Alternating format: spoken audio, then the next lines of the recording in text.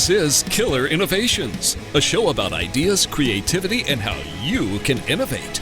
Welcome to the Innovator's Garage, where you learn to create your next game-changing killer innovation. Welcome to Killer Innovations. I'm your host, Phil McKinney. Now, in the past, I've shared with you a little bit of background on my family, my wife, my kids, particularly back in the early days of the podcast. Today, I want to share with you a personal story about one of my grandchildren, Caleb. Caleb's coming up on 8 months old, lives with his parents and his two sisters in Florida, up in the Panhandle. Now, recently, Michelle, my wife, and I, we were in Asia for the month. We spent 2 weeks in Japan on vacation. I taught some workshops on the 7 Laws of Innovation in New Zealand, and then spent a little bit of time in Australia on work. While we were in Japan, we received an email and a phone call from my middle daughter, the one that lives in Florida. And she was concerned because Caleb was acting a little strange. He was having kind of these spasms. And my wife, being the nurse in the family, instructed her, hey, shoot a video, send it to me. Of what she did, my wife saw it and immediately recognized that it was a neuro issue, and instructed my daughter to get it looked at immediately. Ultimately, Caleb was diagnosed with what's called West syndrome, which is infantile spasms. Only 2,500 children are ever diagnosed with West syndrome. There's some risk to this. If the seizures are not brought under control, there is an increasing risk for brain damage and learning disabilities and impairment. Now, before we even got the diagnosis, my daughter and her husband started working the issues to get him in to be seen by a doctor. My son-in-law is a pastor at a small church in Florida, and therefore they don't have medical insurance through the church. They instead are using the Affordable Care Act insurance available in the state of Florida.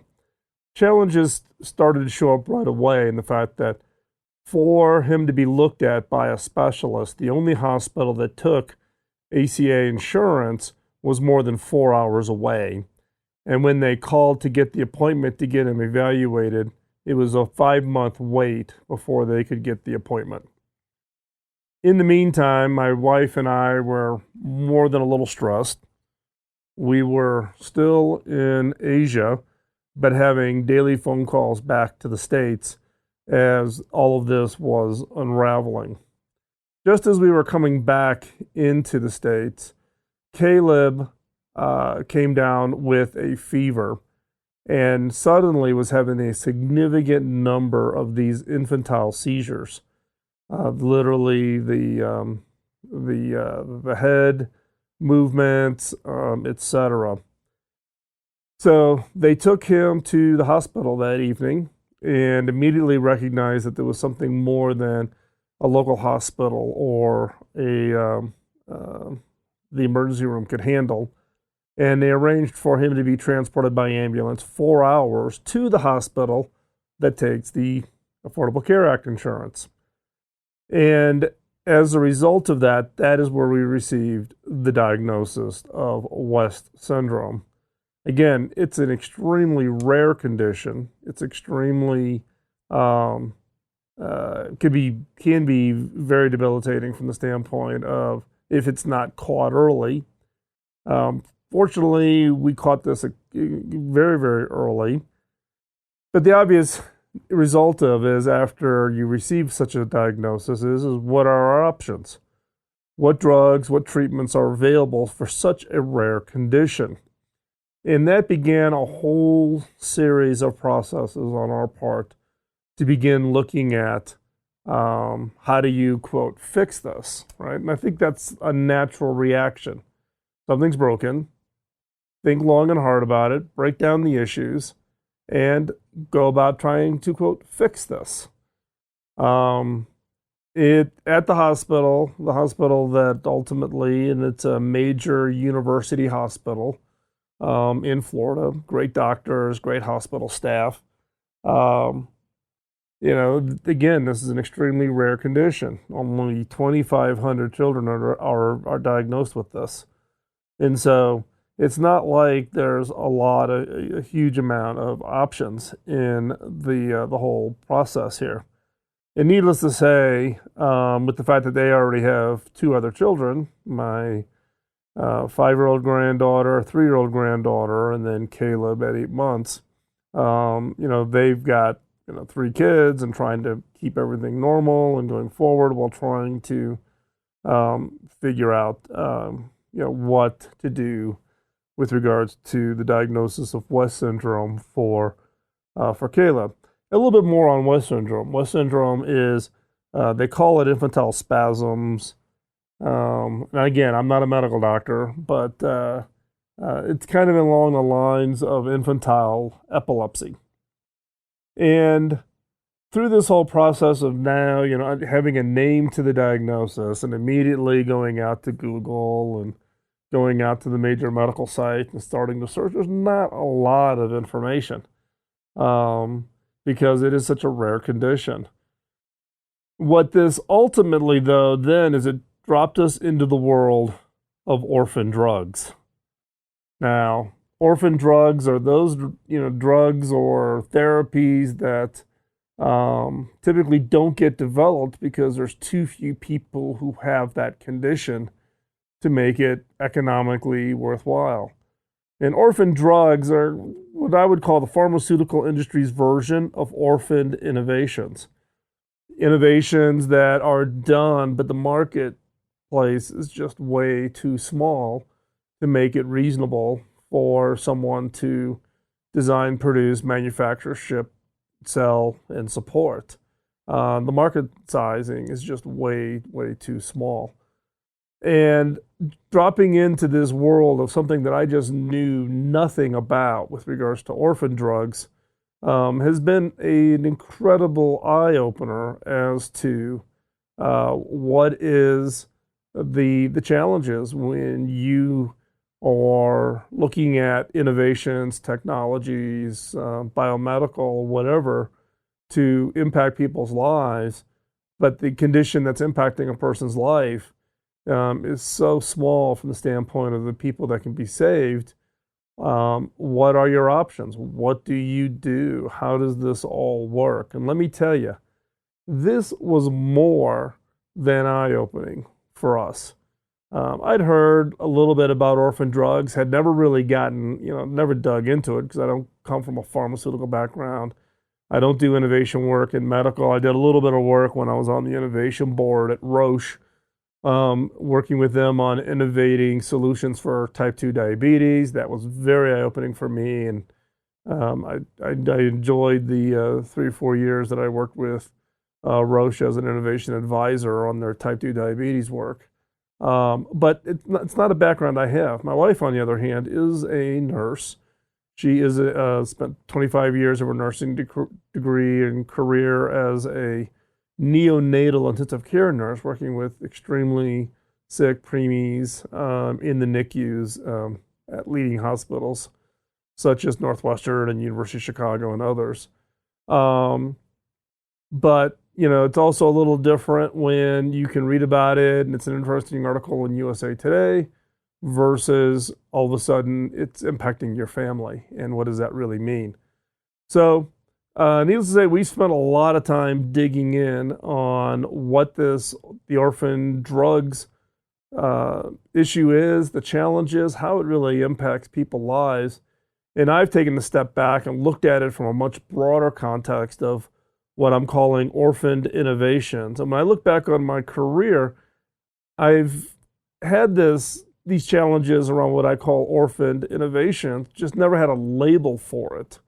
I've never been able to name it something in order to understand what it is, the impact, and what options there are to address these issues where there's just an incredibly small market for these drugs or technologies or innovations or whatever they might be. So today's show, we're going to talk more about these two areas. One is orphaned innovations. What are they? What are some examples of those?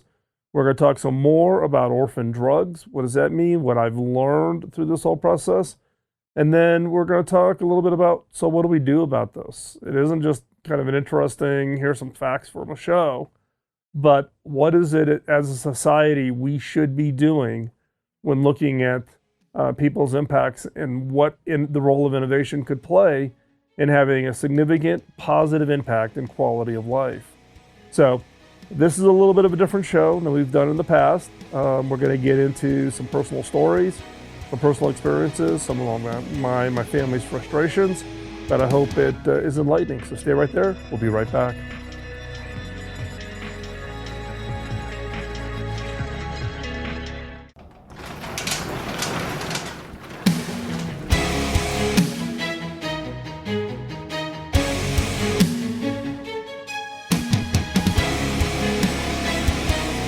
This is Killer Innovations, a show about ideas, creativity, and how you can innovate. Welcome to the Innovator's Garage, where you learn to create your next game-changing killer innovation. Before we jump back into the show, I just want to extend a big thank you to one of our sponsors, and that is Zoom. Zoom has been sponsoring the show for over a year now. Through their financial support, we're able to support the nonprofit charity work that we do, both with Hacking Autism and Pioneer Education Africa. And so I just want to extend my thank you to Zoom and Eric Ewing, who's the co-founder and CEO at Zoom. They've been big supporters of our work here and enabling us to keep this content that we produce for you free of charge and available via the podcast. So with that, check them out. By far the best video audio collaboration technology that's out there. I use it every day, and I've used it for almost 2 years now, ever since we've started the show. That's how we bring the guest in, but it's also how I use it in my day job in collaborating. Zoom has made available a free account, so check that out, killerinnovations.com/Zoom. The free account allows you to collaborate with up to 50, that's right, 50 people in a video collaboration approach. So check it out, stress it, experience it. Trust me, it's the best thing out there.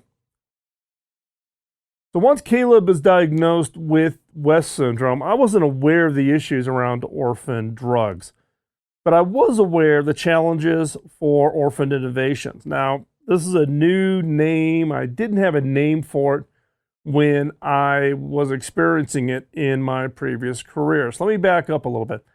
When I was CTO at Hewlett-Packard, one of my responsibilities, one of the teams that reported to me was the accessibility team. So this was the team that developed technologies that enabled people with special needs, special conditions to be able to access computing technologies, access the internet, be able to interact with software, etc. Now, these are all great and exciting technologies. We had our own research team that just focused on accessibility. And the team was very motivated because these innovations could have a significant impact on people's lives. And we actually had people on this team that had been doing this for many, many years. And it was less of still a job, but it was really a mission. It was really a purpose. They could see the impact of the work they were doing to have an impact on people's lives. But these innovations only help really small markets. There's not a big market. You're not selling it to the general population. It's a subsegment of that market that has a very specific condition. And the challenge we always run into is it's hard to justify the investment. You can't raise a lot of funding, hard to raise venture dollars for this because there just isn't a large enough market to give the return. So for a lot of people, it's passion projects, money out of their own pocket to make this happen. And if you do serve the market, if you do convince yourself that you're going to go and do this, you end up having to charge such a high price in order to cover the cost of the R&D and design and manufacturing and supply chain and distribution and sales and support. That all costs dollars. So how do you trade that off? I've got a technology that can be really helpful in people's lives, but it's such a small market that I have to charge such a large price. So what are some examples of this? Well, one is just kind of using it as a very base example, is keyboards for those that are handicapped. So if you are blind, you typically have a keyboard that also has a what they call a braille display. It's a strip along the bottom, and if you're blind, you're running your fingers back and forth on that then allows you to read back where the cursor is on the screen and whatever text is appearing. Let me just give you an example, right? A normal keyboard today, you can go to Logitech and buy a keyboard for $35 or $40, right? They're pretty cheap, almost to the point of being disposables. A HIMS USB Braille display keyboard, guess the price. It's $1,345 for that keyboard. If you want to do a note taker, keyboard input, back, audio, all fully integrated, the HumanWare Braille note taker is $2,995. That's like 3 times the price of a laptop. But that doesn't count other technologies like puff control. If you're a quadriplegic, using puff severe to instruct the computer or whatever technologies you're using. Eye control, so it's following an eye tracking where you're looking. Right? The list goes on. But these are technologies that can have a positive impact, but they get left to the side. They get they either don't get developed because you can't rationalize the investment, or you have to charge such a high amount in order to get a return. And the challenge here for these orphaned innovations just absolutely plays out in spades in other areas, whether that's, in this case, what we were talking about, starting off the show, talking about my grandson, Caleb, is this whole experience of orphan drugs.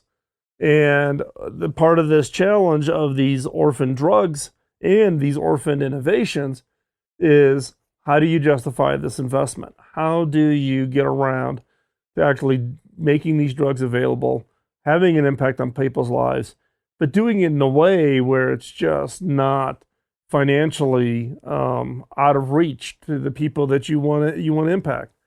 You know, for instance, those individuals here in the United States who are blind or can see little, but they're dependent on augmented technologies in order to be productive because their eyesight is impacted, has upwards of like an 80% unemployment rate. So what is the role of using these orphan innovations, orphan technologies, and enabling these people to have a productive life, be able to have the social interaction, but also to have a job, be able to take those skills and being able to have some form of positive impact. At HP, we struggled with this. And in some cases, we just made the investment and just went with it, even though we lost money on these technologies. They were never a money maker. We did not believe in jacking up the price. We believed in keeping it as down as much as we could because it was just the right thing to do to serve even a very, very small segment of the community and doing that in the right way. So, and there's a lot of orphan innovations out there, and I'm going to be surprised. I'm going to guess that a number of you are aware of these orphan innovations that got abandoned to serve or help people and have an impact on people's lives that just never are going to see the light of day because you can't justify in a traditional P&L sense an investment that's going to give you negative return, albeit mentally we know it would be the right thing to do. So, orphan innovations, it's a label I'm attaching to this. It's something that I had experienced in my previous career as CTO at HP. I just didn't have a label for it. I was still frustrated by it. But we've got to find a way to make these things happen. So, we're going to continue on our discussions on orphan innovations and orphan drugs here in a second.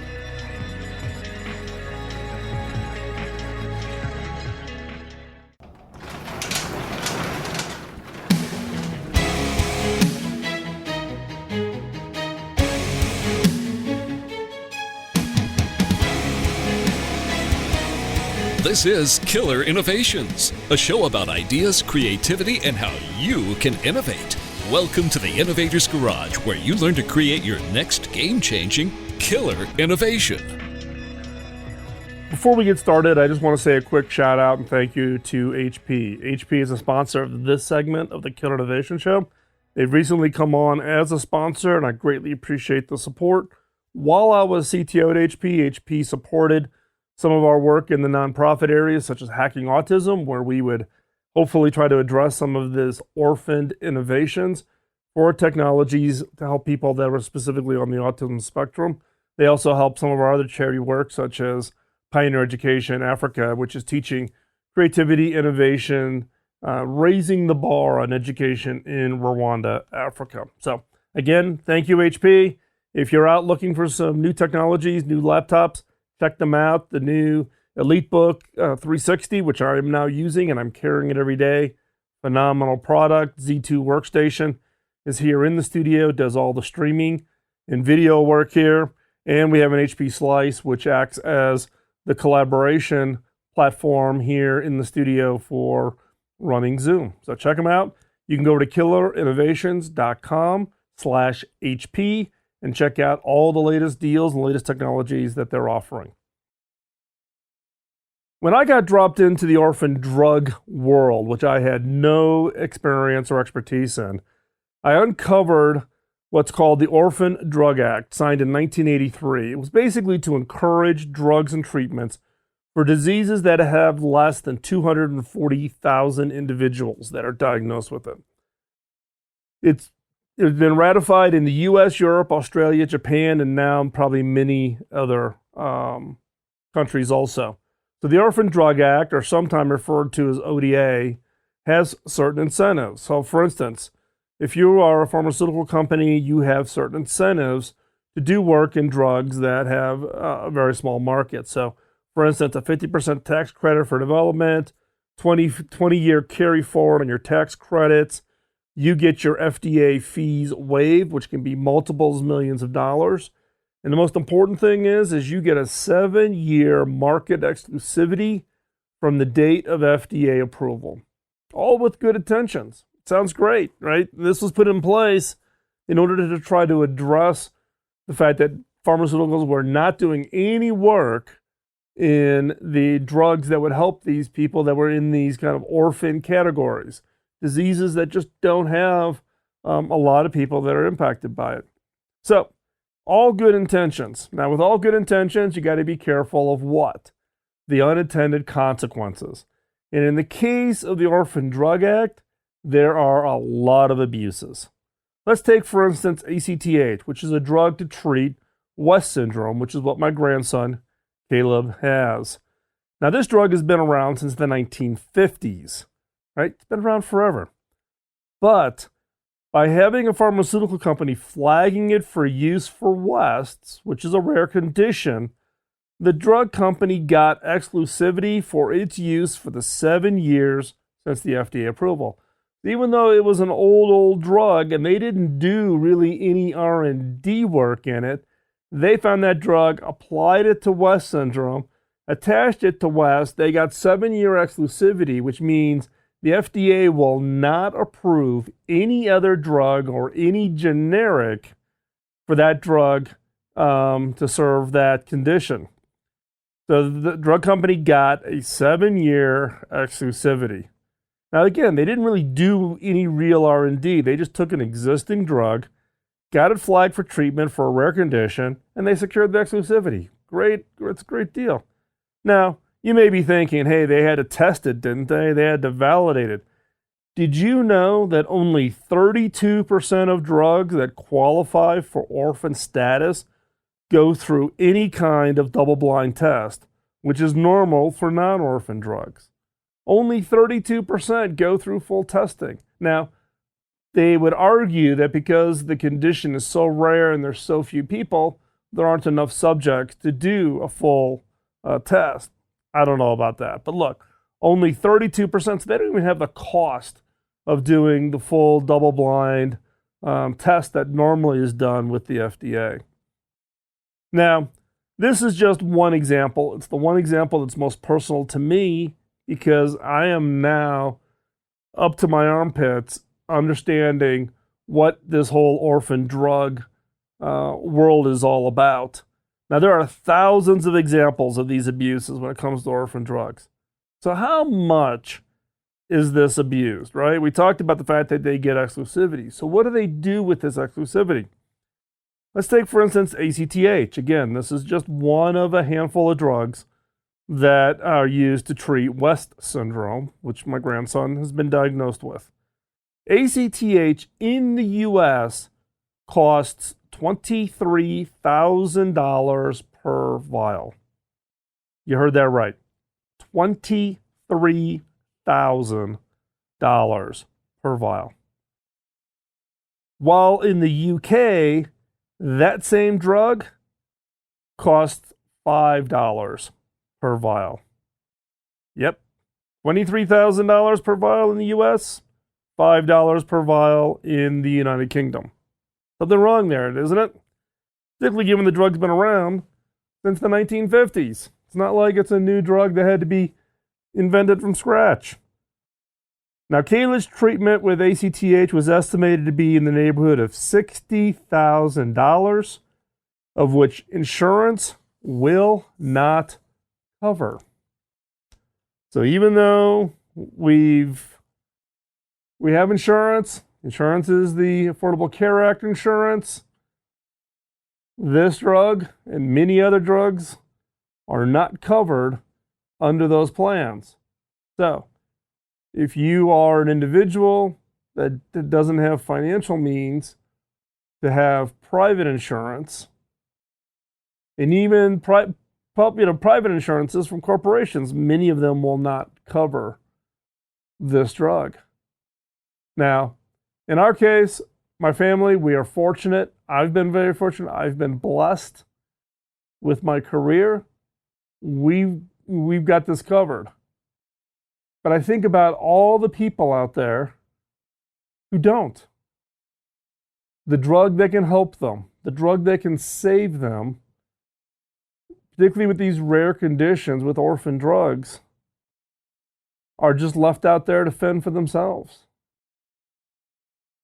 Now, the drug companies would argue they need to get that kind of money because there's just so few people. But look, ACTH has been around since the 1950s. It's not a new drug. There's no R&D return needed. What is the rationale? And we're going to talk about more about that coming up as to some thoughts as to why this really just is driving me crazy. I'm looking at my grandson who's coming up on 8 months old, right? I'll be biased. He's cute as a button. And I would do anything for him. Anything. It just kills me to see him with these seizures. And again, I'm in a situation where we can do something for our family. But it has just been an eye-opener for me of how many families, people are impacted by something that was set up to be good, of encouraging the orphan drugs, that then in turn becomes so cost prohibitive that you can't even take the drug. There's a drug that can help you, but you can't afford to take it, so therefore your quality of life, your ability to survive longer gets compromised because you can't afford the drug because of this orphan status and the way it's structured. So, and again, ACTH is just one of multiple drugs that can be used with West syndrome. And some other ones actually have better outcomes. But this is just the example of one drug, been around since the 1950s, costing $23,000 a vial. How do you rationalize that? How do you even get your head around that? It is like beyond shocking. I'm speechless. I'm absolutely speechless. So as we go into this last segment, I'm going to share with you more about the orphan innovations, orphan drugs, and what I think we as a society need to think about. And how do we bring innovations that have positive impact on people's lives, making people's lives better? That is the role of innovation. So stay right there. We'll be right back.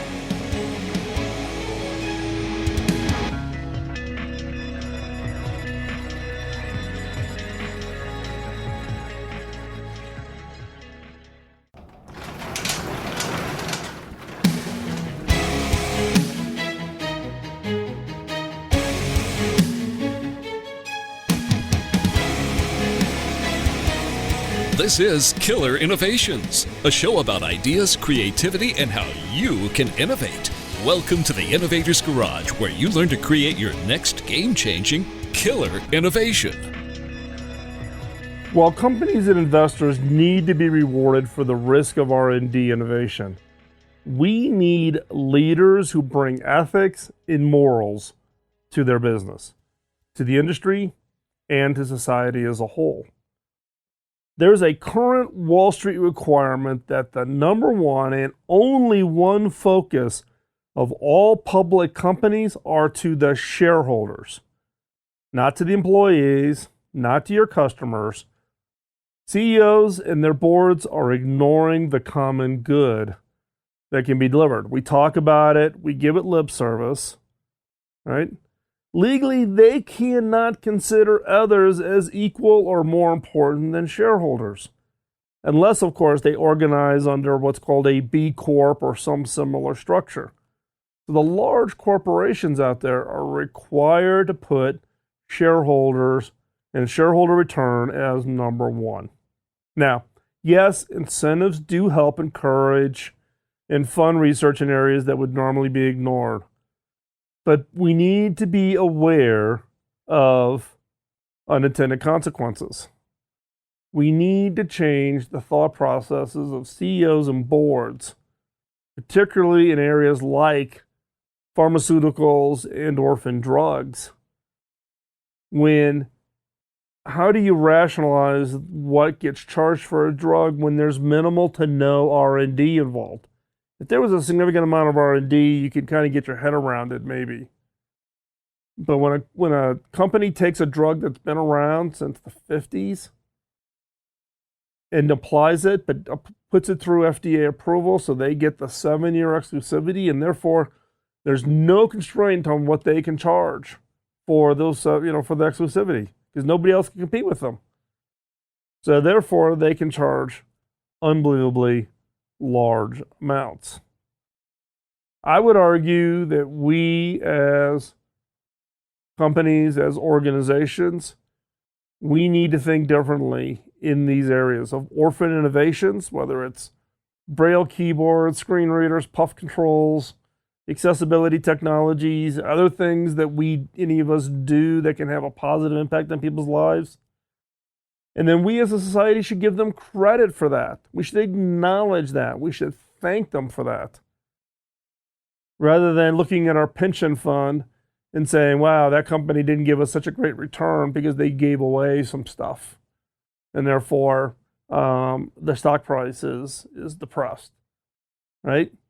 It's not just the companies. It's those in the front lines, those of us who buy products and services from these companies should be willing to thank those companies that do recognize the value of addressing orphan innovations and orphan drugs. And there are lots out there. I'm not saying everybody's bad. Most are good. Most are doing great work. We need to acknowledge them. So you may be asking, how is Caleb? Well, actually, the night I'm recording this in my studio here in Colorado, we're getting ready to travel. Caleb's been rushed back into the hospital. My daughter and Caleb are in the car on a 4-hour drive back to the hospital. The seizures have returned. He was on some drugs, 2 sets of drugs. We stopped the seizures. And again, the quicker we can stay off the seizures, the lower the risk for any kind of brain damage. The seizures have returned. They are in transit. We're waiting for the phone call literally while I'm sitting here in the studio to hear the call from my daughter that they've arrived at the hospital. and then we'll understand what the diagnoses are. So we're early in this process. Don't know what that outcome is going to be.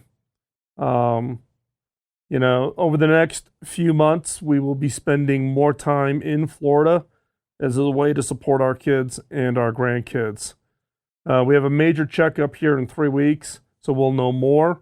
And as I'm doing more research into the orphan drugs, hopefully something good of this can happen. One, we can get Caleb seizures to stop. But at the same time, put a light onto the tragedy of this and the impact that it could have on people's lives. So I want to say thanks for letting me indulge myself and rant on something that I intellectually knew about, but I didn't realize the real world impact.